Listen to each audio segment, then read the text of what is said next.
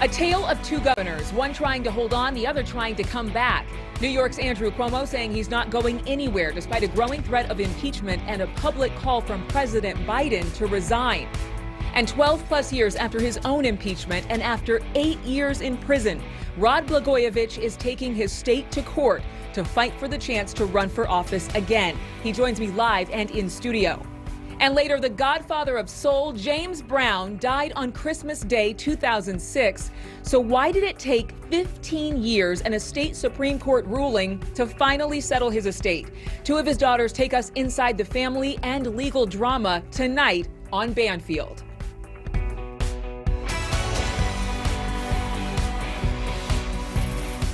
I want you to know directly from me that I never touched anyone inappropriately or made inappropriate sexual advances.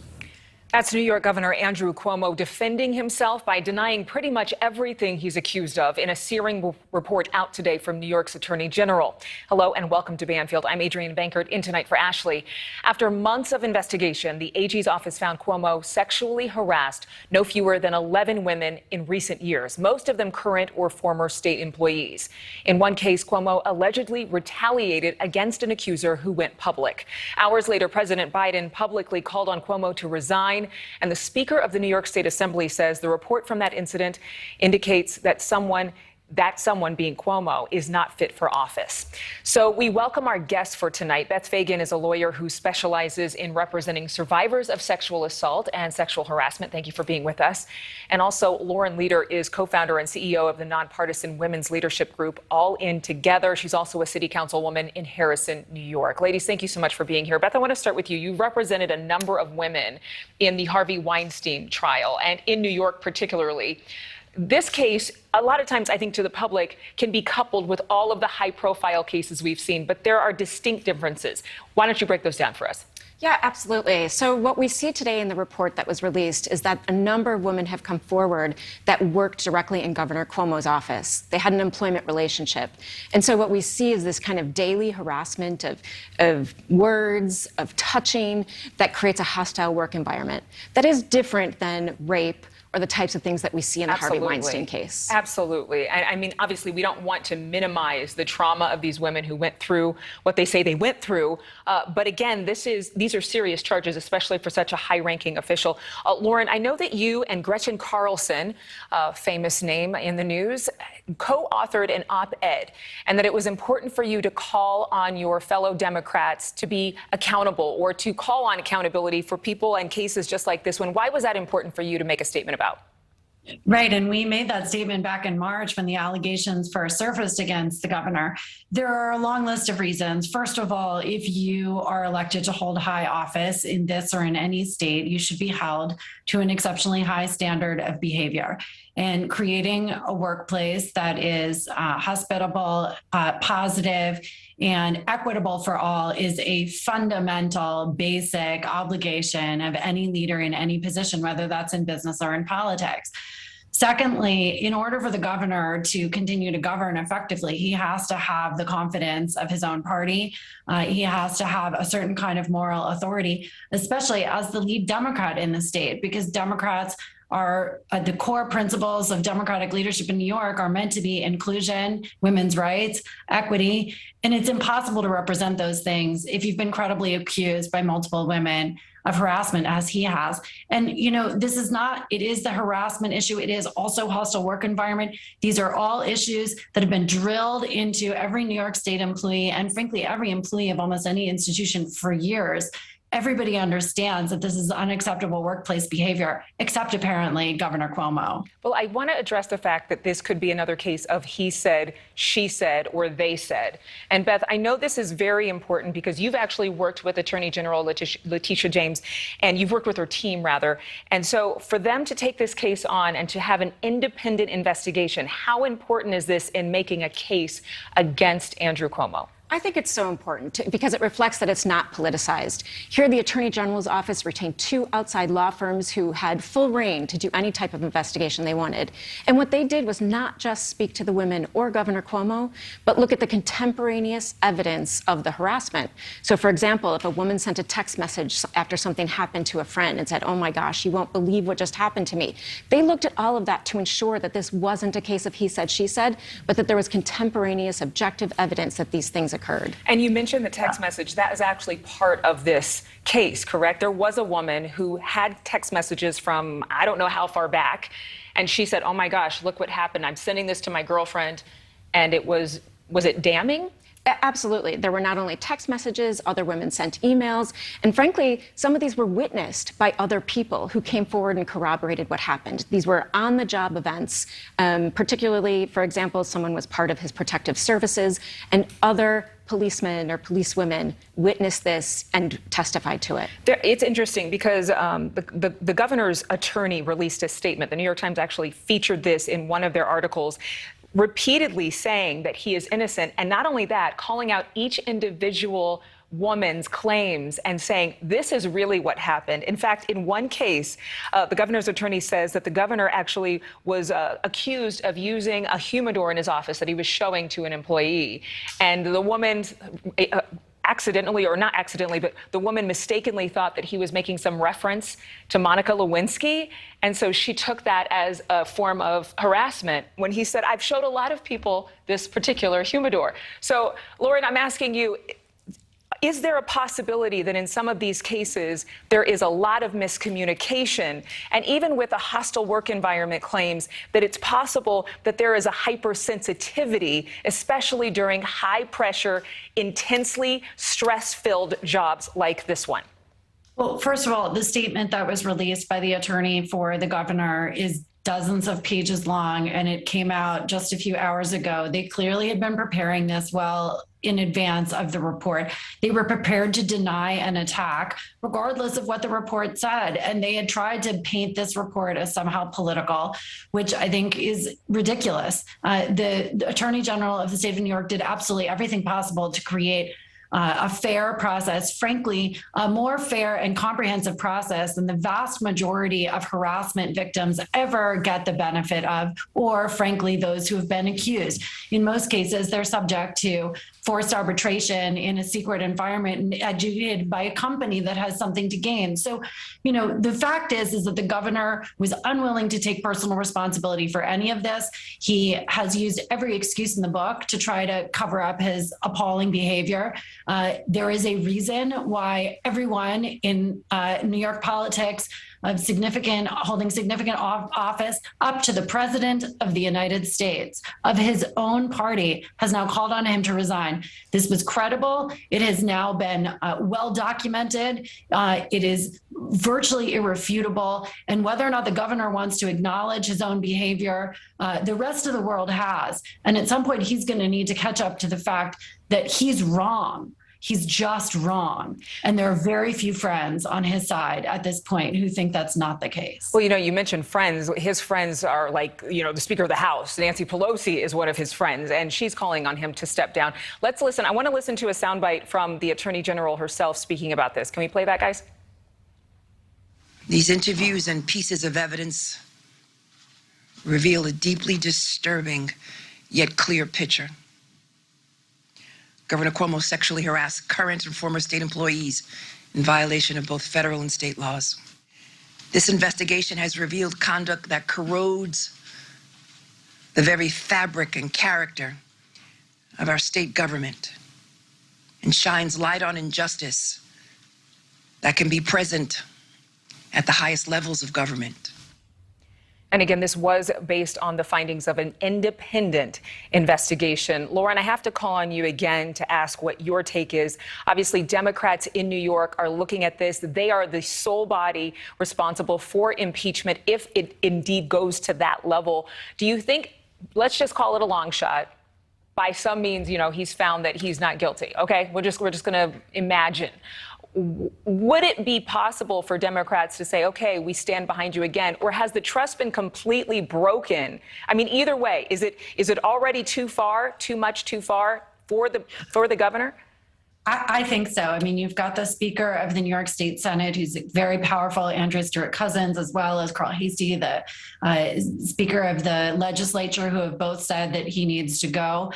They have the power to whip the vote, I believe, to impeach him. The fact is that the governor had eroded the confidence of many in the state legislature and the state Senate even before this. He doesn't have a lot of good political will to stand on. And while he definitely sees himself as having a strong base of support in the state, he held very high dollar fundraisers recently, has been indicating that he's going to run for office again. He's going to face an absolute avalanche of opponents running against him. He actually came very close to losing in the last 2 election cycles against not especially well-known opponents, and when he was stronger than he is now. And whether the legislature follows through with the impeachment, it is very hard to know. They're not in session right now. It's going to take some time. But this is a man who is a man alone. He is an island in and of himself. He has been before, but he really is now. And it is such a disservice to the people of New York that he is unwilling to set aside his ego and step aside, by the way, which would allow the first woman governor to be appointed in the state's history, Kathy Hochul, who has been a tireless advocate for women. If he had the best interest of the state in mind, he would step aside and let the next governor do the people's business, undistracted from this avalanche of accusation and broken laws. Yeah, you're talking about the lieutenant governor, the current serving lieutenant governor, who would step into his place. Let's watch a soundbite from Governor Cuomo in his own words, defending himself earlier today. I want you to know directly from me that I never touched anyone inappropriately or made inappropriate sexual advances. I am 63 years old. I've lived my entire adult life in public view. That is just not who I am. And that's not who I have ever been. There are a lot of families just like this at home who have very handsy or touchy-feely relatives. Kissing and touching faces and embracing is a common part of life in and out of the home. Whether he is guilty or innocent, there are a lot of feelings surrounding this kind of behavior. So, Beth, I want to turn it to you. Whether it's cultural or generational, what the governor said today is something that a lot of people at home are likely thinking about. Men have been hiding behind this idea that they come from old-fashioned values and that it's okay to call women honey. But if you're the governor, you hold the top position in New York, you're not allowed to use that as a shield. And I think what's really important here is this idea that he had a network surrounding him who were receiving complaints as they went and weren't reporting them to the proper office. We're covering them up. We're moving women out of their positions. And to me, that's indicia that there was a problem here. This wasn't something that no one else knew about. The people around him knew about it and they covered it up. And now he really could seriously face not only criminal charges in at least one county in New York, but also impeachment, which won't happen immediately. We've done some research. That's going to take some time, but we'll find out what's next. Beth, thank you to you. Also, Lauren, we appreciate you joining us virtually and live. Straight ahead, it's one thing to be impeached. It's another to be prosecuted, convicted, and sent to federal prison. But Rod Blagojevich wants to put that all behind him. It was a corrupt impeachment process. It was unconstitutional. It violated my due process rights and violated the due process rights of the people of Illinois. The former governor joins me live with his plans to return to public life, beginning with one very uphill court fight. That's next.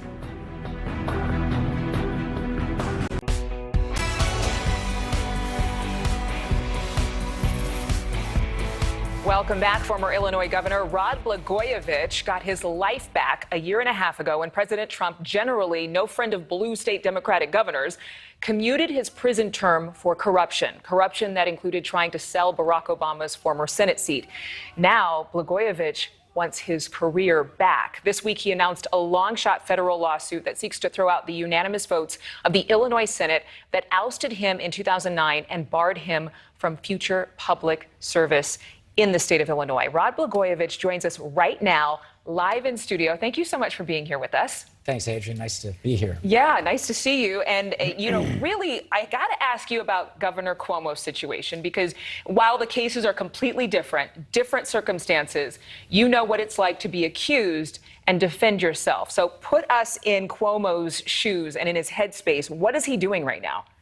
Well, he's doing the best he can because everybody's abandoning him, his own party and the leaders of the Democratic Party.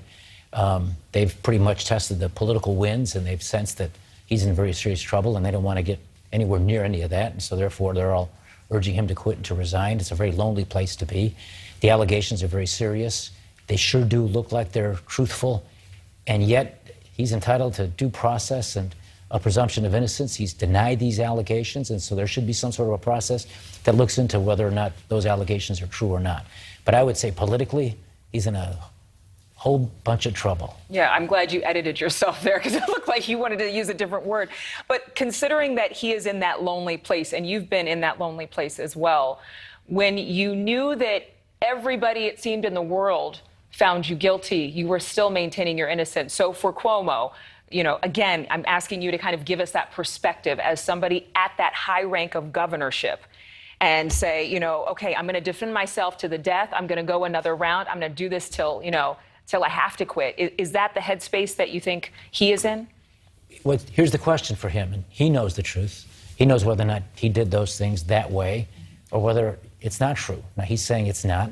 If it's truly not true, then I think he has to take the position that he will not resign, that he will continue to fight for his reputation and for his good name and good behavior. Now, if he knows that he did it, then I think he needs to fess up and accept responsibility and do the necessary things to atone for what he did. Mm-hmm. In my case, to this very day, I insist none of those things that they said about me were crimes. In fact, you referenced in the very beginning so-called sale of the Senate seat. Well, that was a big lie. Told the day I was arrested on the 9th of December 2008. It took 7 years for the appellate court to rule on that, and what they said was everything I said, which was it was routine political conversations. They were not crimes. It was what they called political log rolling, and those conversations were initiated by then President-elect Obama.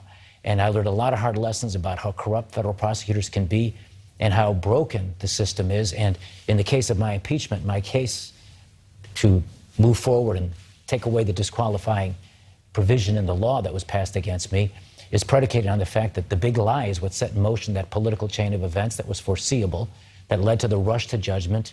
And within weeks, I was removed from office and out of a job. Yeah, and it was swiftly. based on a big lie. And the appellate court eventually, as I said, 7 years later, ruled there was no sale of the Senate seat. That was, as I said, it was a lie. Now, I have to ask you a couple of things about this, because you say that the impeachment proceedings were unconstitutional. What are you basing that on? I'm basing it on the fact that they never proved up any crimes, and that the allegations were made about the so-called sale of the Senate seat at a super sensational press conference by the U.S. Attorney, Mr. Fitzgerald, a very dishonest person, while I was locked up after they came to my house at 6 o'clock in the morning with SWAT teams. I'm a sitting governor of the 5th largest state in America. That's never happened before. All designed, by the way, to break my will to resist, to intimidate, and to make you say things they want you to say, and then they go easy on you. But I would never do it, and I fought back every step of the way. And well, they condemned me to prison after 2 trials for 14 years because of my defiance. Never took a penny. That was never about that. It was about those conversations. And ultimately, the centerpiece of their case was ruled legal.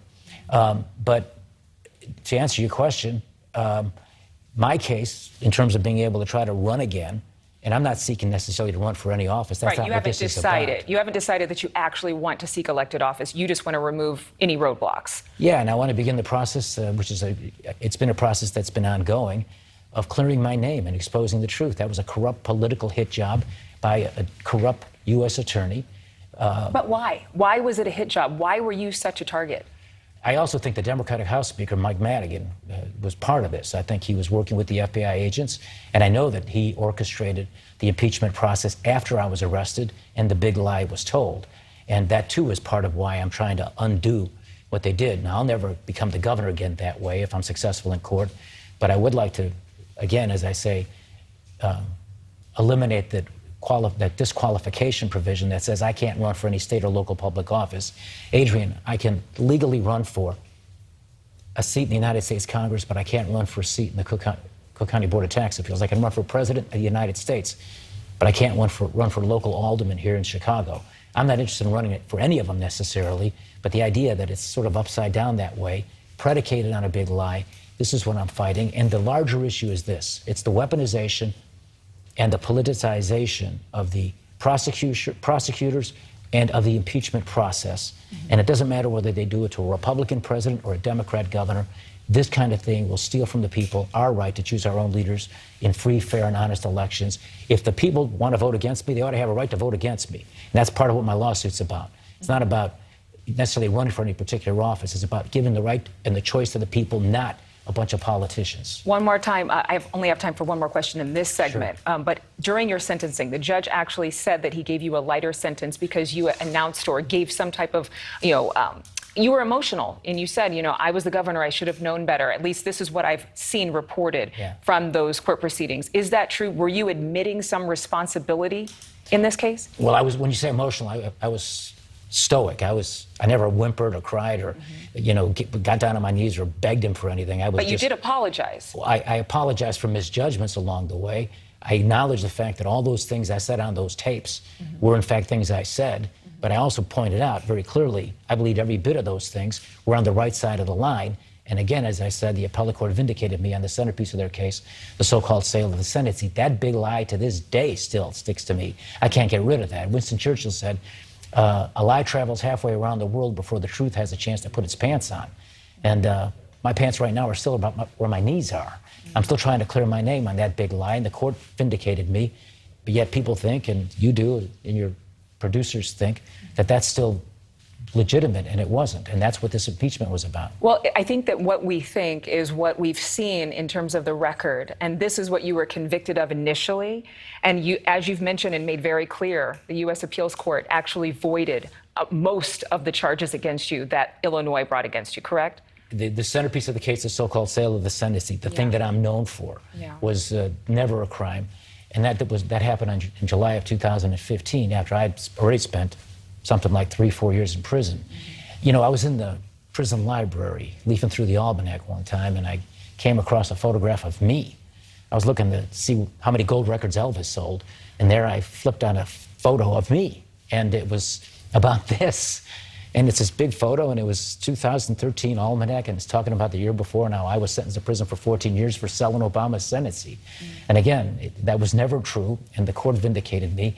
But there it is in the Almanac. And so to this day, as I said, I'm trying to put my pants on and get the truth out. And part of me trying to undo this law that prohibits only me from running for these state and public offices is about the right of the people to make the decisions, not politicians, but also me trying to set the record straight and clear my name. A name is worth more than gold many times. It's effing golden, to quote me. You know what? We're probably going to hear that soundbite sometime tonight. Stick around, Governor. We are going to have a little bit more and clarify some of the accusations, the comebacks, and what it means to be a Trumpocrat.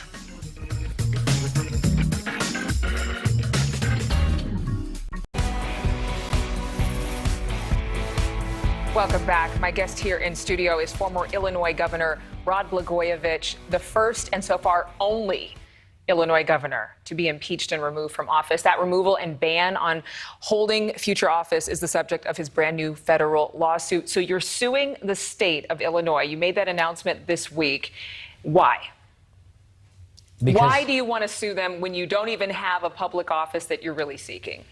Because the impeachment that removed me from office and the disqualifying provision that they passed is unconstitutional, because it's the fruit of a poisonous tree, because it was based upon a big lie that ultimately was shown to be a big lie by the United States Appellate Court, that there was an attempt by me to sell President Obama's Senate seat. Never happened. That wasn't what it was. And I said it all along. And finally, in July of 2015, the appellate court agreed with me. And the impeachment was predicated on that, and therefore the whole thing should be ruled null and void. Now, I'm not asking to reinsert me as governor, but I am saying if I choose to run for an office in the state of Illinois, I should have that right to do it, and the people of Illinois should have a right to vote against me. Politicians shouldn't decide that. The people should decide that. Well, let's listen to one of the infamous recordings from the wiretap that was used as evidence against you that eventually did get you impeached. Let's listen to this about being golden. I've got this thing, and it's golden. And I'm just not giving it up for nothing. What were you talking about? Political horse trades, political deals. And I remember that vividly. This is effing golden. I'm not playing it. I'm not giving it up for nothing. I'm known for that now. What they don't do is they don't play the rest of the tape. And is that was one of the reasons why you said this was unconstitutional, because Right. you were not able to present the entire recording of that wiretap. It was only these certain segments, correct? Correct. They selectively took snippets out of context that are embarrassing and make Why you are they look bad. embarrassing? Well, I mean, this is effing golden. You know, swearing on the telephone. I'm the governor of Illinois. It was only men on the phone, but you know, it's not good language. But what they did was they twisted that to make it sound like I was trying to shake somebody down for money. Why didn't they play the rest of the tape? And they didn't, because they knew there was none of that. And it was just me talking to one of my political advisors.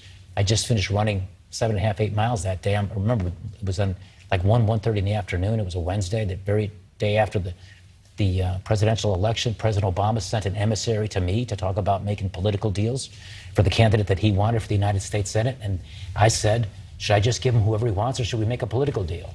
This is effing golden. I'm not going to give it up for nothing. We can get something.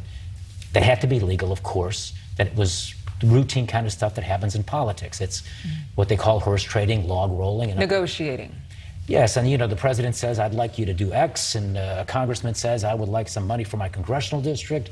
It happens Yeah, all the time. All the time. And they criminalized it in my case, and they did to me what they did, and they set in motion that chain of events that led to my removal, and ultimately my conviction, and ultimately 8 years in prison. Well, what about all the witnesses who say that they had evidence that they corroborated against you? What about the people who said they actually saw proof that you were corrupt? Well, there was nobody that said any of those things in the trial. What they brought were witnesses who testified that they were on the telephone with me and that they had that conversation. And then he would ask them, well, what was your understanding of what that conversation is? You can't convict somebody based upon a third-party understanding. Did he or didn't he do the thing that was done? And that's the issue. And at the trials, they had 2 of them. They didn't convict me the first one on the corruption charges. What they did was they used rules that didn't give me a chance to, again, defend myself. Again, those tapes. If they had played those tapes and put the context, the case would have been dismissed long before for what's called insufficient evidence. Senator Menendez from New Jersey faced a second trial, and the judge intervened and saw that there were no elements that were required to prove a criminal case against the senator, and they threw the case out. And then he got reelected. He's a United States senator to this day. They didn't afford me the same fair treatment under the law. And that, again, is part of what I'm doing here with this attempt to undo that disqualifying provision. Well, it's interesting because you've always been a Democrat, and now you've never renounced your party going through all of this, even though some of those who accused you were in your own party. You call yourself a Trumpocrat. What exactly is that? And obviously, we know that you were famously on The Apprentice with Donald Trump, former President Trump. A Trumpocrat is a Democrat who supports President Trump. And I do for many reasons, but of course, how could you not support someone who saved your life and gave you a new beginning? I mean, I was literally like a guy in the middle of the North Atlantic in the wintertime, treading water for all those years, away from my family, condemned for things that are political, not criminal. And everybody's passing me by in my own party. And here's this Republican president, who'd have imagined this, who actually pulls me out of that cold, dark North Atlantic and gives me a place where I can get a hot cup of coffee and get warm and get dry. back to your family. Exactly. I mean, commuting your sentence, it did shorten the time that you served behind bars. He said at the time that he thought that you were serving too severe of a sentence, or that you had served enough time, and that phone call, you said certain things that you shouldn't have said, and that it was all braggadocio. Do you agree with his statement? Were you talking a big game? Well, I was childish conversation. This is effing golden. I'm not giving it up for nothing. So I think he's essentially right about that. But again, this is a free country. You should have a right to be able to talk freely on the telephone. And unless there's really crimes, that's a different story. But these weren't. And the best proof of that is the fact that to this day, those prosecutors are blocking those tapes from being heard. I couldn't even play them in court. And there's a rule, an evidentiary rule that says the doctrine of completion. So if you take a small portion of a conversation, you're required to play the whole thing so people can hear the full context. But they didn't do it. And there's a line in one of the great poems by Rudyard Kipling. If you can bear to hear the truth you've spoken, twisted by knaves to make a trap for fools, and see the things you gave your life to broken, and stoop and build them up with worn out tools. That's what they did to me. And they did it on some of the other stuff as well. And so what I'm doing now after all of that, in spite of everything that's happened, I consider myself blessed and lucky and fortunate that a Republican President, Donald Trump, did what he did, and how lucky I was that I actually did a show like Celebrity Apprentice, something I would never imagine myself doing when I was governor. I never watched it. Right. But I was in a position where I needed to earn some money for my family, and nobody was touching me back then because I was radioactive. Well, you certainly are still one of the most, if not famous, infamous people on the planet. I have like 35 seconds. If you were to be governor again, what would you do about the violence that we're seeing across Chicago? Well, that's where this governor is a big flop. He's failing. And he's sitting back because he doesn't want to take any political heat to do the hard things that are necessary to keep people safe. Black lives matter. And these Democrats talk a big game about that, but they won't do the hard things, like beefing up the police department, supporting the police officers. For every bad cop, there's 1,000 good ones. I've been the victim of bad cops. I would hire more police officers. I'd put them back on foot patrol. I would aggressively go after the gangbangers, who are the ones who are doing it, largely in black communities. 80% of the murders in Chicago and the shootings in Chicago are black people. And this would never be tolerated if it was happening in the neighborhoods where white people live. And this governor is running away from it because he wants to just leave the pressure on the mayor and let her take all the heat. She's not doing enough either. But he should do something about it, but he doesn't because he doesn't want to get himself bloodied up politically. They put politics over public safety, and it's immoral and it's sickening. Well, thank you for your comments. Obviously, you have a very unique perspective considering all you've been through and what you have done prior to your term behind bars. But again, I know you have a lot coming up, and we are grateful that you made time for us. Thank you for being here. Thanks for having me. Yeah. Still to come, the 15-year court battle over James Brown's estate finally coming to an end. It divided his family. What took so long, and why did they reach an agreement now? Two of Brown's daughters join me next.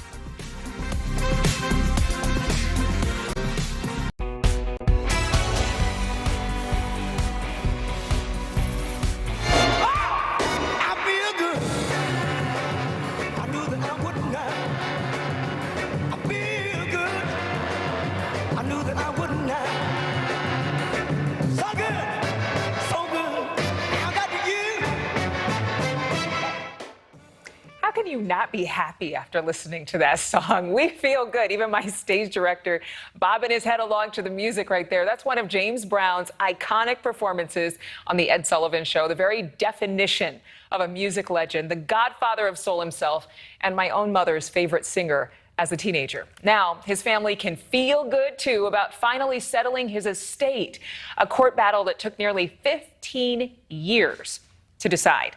Brown died in 2006 at the age of 73, his estate torn between his children and the woman who he was last romantically linked to, Tommy Ray Heine. She is the mother of one of his children and claimed to be his wife, although a court ruled that their marriage, hers and Brown's, was invalid because she had failed to annul a previous marriage and was not entitled to his estate. But now finally, it appears that both sides have reached a settlement or an agreement of some kind. We're joined by two of James Brown's daughters tonight, Ayama Brown and Deanna Brown Thomas. Thank you for being here. And I mean, really, what an honor to be able to carry on this legacy with music. I'm so happy for you. This battle is almost over. At least it feels like it is. How excited are you, or how thrilled are you that it's like finally? It's a blessing to know that we could get through it, and still be in one piece. It was a struggle, of course, but to stand for our rights and preserve his name and legacy was our goal. We continue to preserve his legacy through the James Brown Family Foundation, but to be able to stand up for what belonged to his heirs. And it was some ups and downs, but we made it through. As I reflect back and thought about it, it was a long time. Most of it was in the process of fighting and showing that Tommy Ray Heine was not his legal wife. That took a lot of time, but we had to do what was right and what was necessary. So what exactly, Yama, I'll have you answer this, what exactly was agreed to? Well, basically, as Deanna said, we did have to go through this process, and most of the time it was related to Tommy Ray's marriage because, that comes down to music publishing and ultimately who owns that and who owns this catalog. So for us, it was making sure we were able to legally show that she didn't have any rights to that. But when it comes to his estate, it's a little bit different. There are things that are owned by the estate. There's image and likeness, things that are outside of publishing. And so for us, it was coming to an agreement with the estate that there would be no more fighting, that, now that we have finally got this last answer from the Supreme Court, for us, it was now we can move forward with the estate being able to do what Dad wanted it to do, and that's give money to charity so that children could go to college and that his own grandkids could go to college as well. So for us, it really is just solidifying what we already knew, but we couldn't go forward with that without making sure, like Deanna said, the rightful heirs were the ones that were going to, ultimately be able to carry on that legacy. And Deanna, was Tommy Ray Heine, was she putting that legacy in so much jeopardy that the money would not have gone to educational foundations for children in two particular states, right? Was it Georgia and another state? Remind me where? South Carolina. South Carolina. Okay. So was Tommy Ray Heine actually jeopardizing the use of those funds for what your father wanted them for? And not only that, the jeopardizing our rights as heirs to his copyrights. And just legally, she was not his wife the day that he died, because when they married, she was still married to another man. And legally, we had to show that. We continue to do a lot of his charitable work that he did, giving away during the holidays to impoverished families, because he never forgot where he came from, giving away food and toys and things for children. And we continue that through the foundation. And it's important to us, because it's important that we preserve his spirit as we know it. Well, what we're going to do is we're going to take a short break, and we have more to come when we come back with the daughters of the legendary James Brown, including the time their father saved the city of Boston and possibly the entire nation from protests that could have been dangerous. We're talking about he was holding a concert for peace and unity without even knowing it. Stick around. A 15-year court battle over James Brown's estate is now settled. Two of his daughters, Yama Brown and Deanna Brown Thomas, are with us tonight. Okay, so really quickly, I have to ask you about the last woman romantically linked to him. I was going to say his wife, but it was found that she was married to another person, and that is what nullified her from having a stake in his estate. But she and your father had a child together. James Brown Jr., I believe, is his name. Do you have a relationship with this young man? I mean, he's much younger than you. I want to say he's still a teenager, but have you spoken to him? What is your relationship like with him? Well, I'll start off because, first of all, he is actually the same age as my son. Wow. Tommy Ray and I were both pregnant at the same time. So he definitely is part of our family. He is our youngest brother, and we love him dearly. I'll let Deanna talk a little bit more about Little Man, as we affectionately call him. Yes, little man. And he's a young man now, because like you said, he's like 19. He's 20. 20 Oh, he's 20. So, right. So he is a young man. And but they live far away from us. I don't want to say where they live for privacy purposes, but we don't get to see him as often anymore. Well, I hope that for the sake of the brothers and sisters, that you guys all do get to see each other one day as you reunite. As people grow older, sometimes things come into focus. But one thing that I do want to put in focus that might be very reflective for all of us is I want to play a video from the Boston concert that your father headlined. Let's listen to this back in 1968.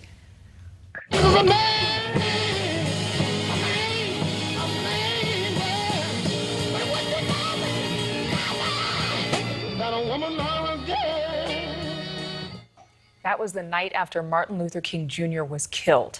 Riots raged in cities across the country, but not in Boston where that concert was held. The local TV station, WGBH, aired James Brown's concert in its entirety that night to keep people at home. And really, it helped to broadcast at least some peace in uniting the country. You know, as I was thinking about it and as I was talking about it, this was not something that maybe your father understood in its broadness, but he did know that he had a great responsibility. Can you just quickly share about his sentiment from that evening? Sure. Deanna, you want to mention this story with him and Mom? Yeah, I think it kind of sums it up pretty well. He did. He the night that he went to speak and to perform, he was very concerned about what he should say. And him and my mother had that conversation. She was pregnant with me at the time. And March of '68, as a matter of fact, in February of '68, she went to go stay with him, and the rest was history. She was pregnant with me, and he was very concerned about what to say, how to deliver things, because Dr. King was very important to Black America. He was important to the world at that point. And my dad had respect for him, his wife, his family, and he had respect for our people as well. He was a Black man. So he had to be concerned about what to say. And him and my mother had that conversation. She told him, just remember the words that you give, the words that you share, people are going to hang on to. Right after that, came Say It Loud, I'm Black and I'm Proud. Famous words from a powerful man. And it really was a testament to the fact that some things can bring us together. So any last words from you, Yama? We only have about 30 seconds.